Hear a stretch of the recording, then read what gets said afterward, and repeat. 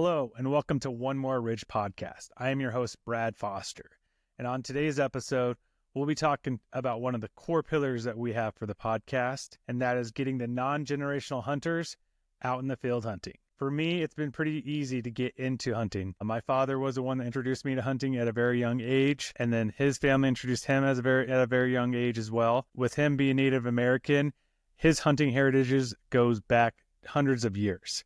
So if you're looking to get into the field, get into hunting, get into the outdoors, but you didn't have that figure in your life to introduce you to hunting, to fishing, to go hiking in the outdoors, anything regarding the outdoors, well, you found the right podcast. Because with this, I'm going to try to help you step by step and give you the tools to be successful out in the fields.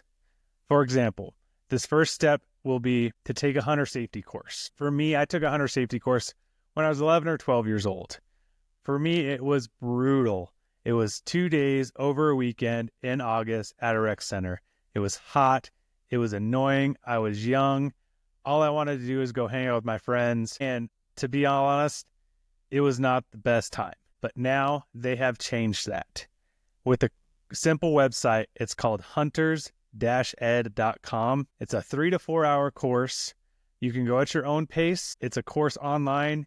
You could be watching YouTube in the background. You could be listening to music. Every state requires a hunter safety course before you even start applying for hunting tags, which is perfectly fine because the hunting safety course is a good fundamental foundation for you to get into the field before you go hunting. It talks to you about ethics on hunting, the different laws that are around hunting, hunter safety, of course, because that's the name of the course, as well as gun safety, archery safety, stuff like that. This 3 to 4 hour course is pretty basic. Some states require like a field day. Requires you to go to the gun range, to the archery range, just enjoy some outside time. In Colorado, that's where the home state is here. It does require you an additional field day. So you do the 4 hour course online and then a field day. Every state's different. If you're interested in that, hunter-ed.com, not sponsored. There's other hunting ed courses online that you can take to get your certificate. So then you can start applying for tags. The second thing is write down your goals. With hunting, you have an idea in your head of what you want to do. For instance, 2014, I was lucky enough to draw a Wyoming bighorn sheep tag with only 1 point. After I was successful with that one bighorn sheep tag, I caught the bug of sheep hunting. So now what I want to do is complete the North American Grand Slam, which is all 4 types of sheep species in North America. It's the Rocky Mountain Bighorn, Dall sheep, stone sheep, and desert bighorns. So that's always been my goal. But every year I have a goal to just enjoy camp. Jennifer is my hunting partner. So we do every hunt together. It's fantastic. Highly recommend you marry your hunting partner. Best decision I have ever made. But every year it's a different goal on what unit we're going to hunt elk, what unit we're going to hunt deer. If we're going to do antelope this year. For me this year, it's going to be, hopefully cross your fingers, non-resident hunt in Wyoming. So write down your goals and physically write them down because the goals that you write down are more achievable in your head.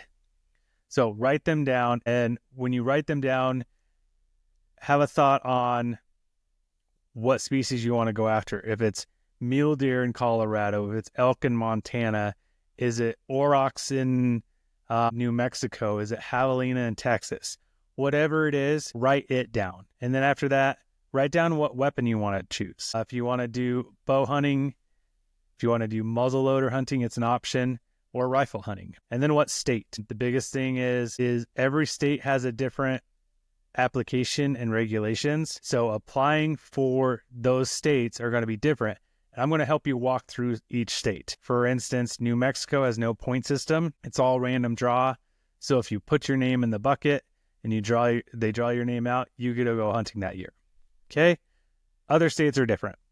So make sure that you write down species, weapon of choice, and then what state, and then we can figure out the rest from there.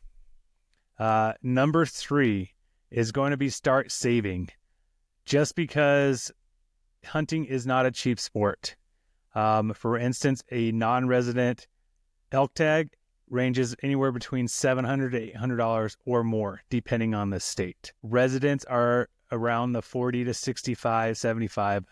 So it's not necessarily a cheap sport to get into, but you don't have to spend all that money up front.